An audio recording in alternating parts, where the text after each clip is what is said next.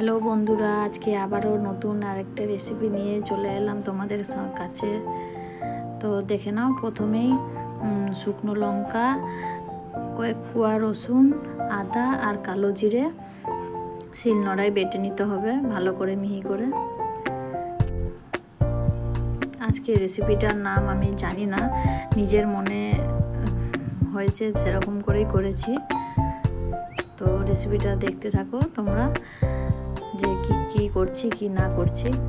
দিয়ে পরে এরপরে ওই মশলাটা বাটা হয়ে গেলো, মিহি করে বেটে নিতে হবে।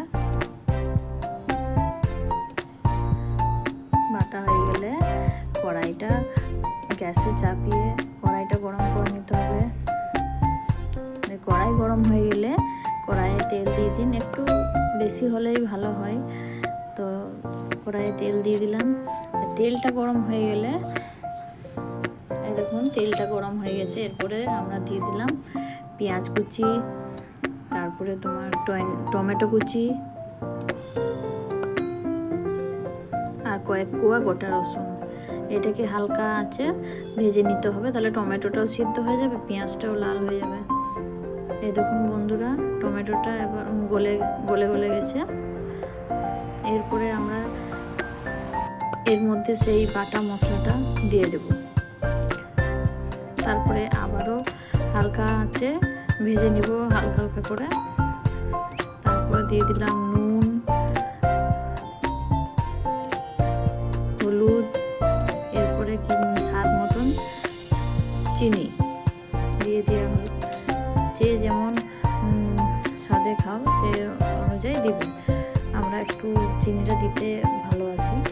তো হালকা আঁচে ভাজতে ভাজতে দেখুন তেল ছেড়ে দিয়েছে মশলায়। এরপরে আমরা এর মধ্যে দিয়ে দেবো আগে থেকে কেটে রাখা শিম আর আলু। শিম আর আলুটা যেন লম্বা লম্বা করে কাটবেন, তাহলে আরও মানে ওটা টেস্ট অন্যরকম হবে। সব মশলা সব সবজির কাটটা আলাদা থাকে। তো এরপরে আমি এটাকে হালকা আঁচে ঢাকা চাপা দিয়ে ভাজবো আলুটাকে আর শিমটাকে। ঢাকা চাপা দিয়ে ভাজতে থাকছি। আর আপনারা আমার চ্যানেলটাকে সাবস্ক্রাইব করবেন, শেয়ার করবেন, লাইক করবেন, কমেন্ট করবেন। ঢাকা দিয়ে দিলাম। এরপরে হালকা আঁচে ঢাকা দেওয়া ছিল, আমরা ভাজতে হবে হালকা হালকা করে, তাহলে সেদ্ধ হয়েও আসবে আর ভাজাও হয়ে যাবে। জল দিয়ে দিলাম, হালকা জল দিবেন যাতে একবারে ঝোল ঝোল না হয়ে যায়। এই জলে সেদ্ধও হয়ে যাবে আর গা মাখা মশলাটাও হয়ে যাবে, তাহলে আর ঝোল ঝোল থাকবে না। আবারও আমি চাপা দিয়ে দিলাম। এমনি করে ঢাকা চাপা দিতে দিতে জলটা যখন দেখবেন কমে আসছে আর সেদ্ধ হয়ে গেছে, তখন জানবেন যে রান্নাটা হয়ে এসেছে।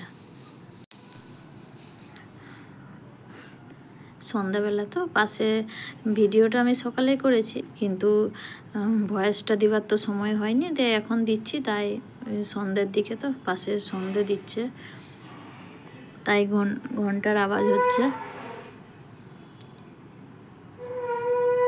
এ দেখুন প্রায় হয়ে এসছে আমার শিম চচ্চড়ি, না শিম কি বলবো, নাম তো জানি না, আপনারাই কিছু একটা নাম দিয়ে দিবেন। দিয়ে পরে আমি তাই নাম বলবো। তাহলে দেখুন হয়ে এসে তেল ছেড়ে দিয়েছে, সেদ্ধ হয়ে গেছে। দেখতে জানি না আপনাদের কেমন লাগছে, কিন্তু আমি যেহেতু খেয়েছি, খেতে কিন্তু খুব সুস্বাদু হয়। আপনারাও একটু করে দেখবেন, আর একবার করে দেখবেন, দেখবেন খেতে খুব সুস্বাদু হয়। করে আমাকে কমেন্টে জানাবেন যে কেমন হয়েছিল রান্নাটা। তো আজকের জন্য এই পর্যন্তই। টাটা, বাই বাই সবাইকে।